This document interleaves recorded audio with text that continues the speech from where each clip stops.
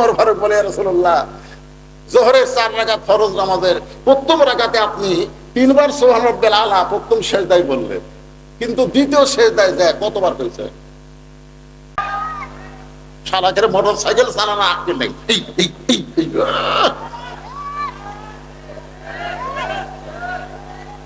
খালি ঠিক ঠিক।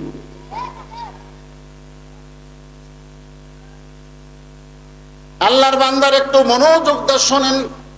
আমি বললেন, হোসেন তোমার 4 বছর বয়স, এই বয়সে তুমি তোমার মায়ের ঘরে ইচ্ছা মতো ঢুকতে পারবা না।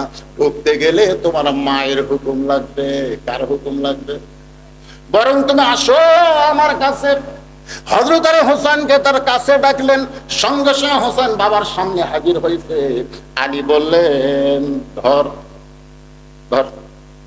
আমার দিকে তাকান না কেন? কি ধরবার বলতেছে? ধর। হোসেন বলতেছে,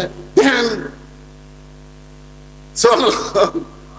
বাপ কয় ধর, বেটা কয় দেন। আলী কোরআনের সুমাদে বলতেছে, আল্লাহ ভাগ্য করে এমন একটা সন্তান পাইছি, 4 বছরের সন্তান আল্লাহর কোরআনকে ধরতে চায়।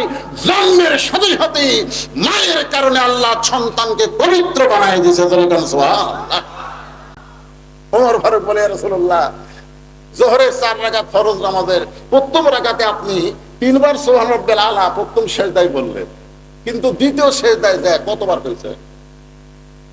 আমি 100 বার বলছি, তারপরে আপনি সিজদা তোলেন না।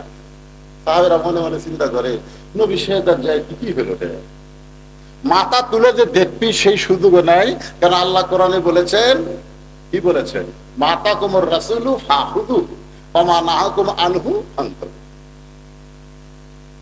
তারপরে দ্বিতীয় রাকাত আপনি ঠিকই পড়াইলেন, তৃতীয় রাকাত ঠিকই পড়াইলেন, চতুর্থ রাকাত ঠিকই পড়াইলেন, কিন্তু প্রথম রাকাতের দ্বিতীয় সিজদা এত লম্বা দিলেন। হুজুর আমরা জানতে চাই।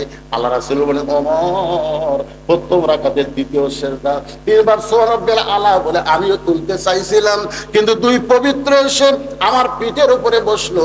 2 পবিত্র এসে আমার পিঠের উপরে বসলো। ওরা এখন পিঠ থেকে আর নামে না। আমি ওদেরকে পিঠ থেকে নামার চাই।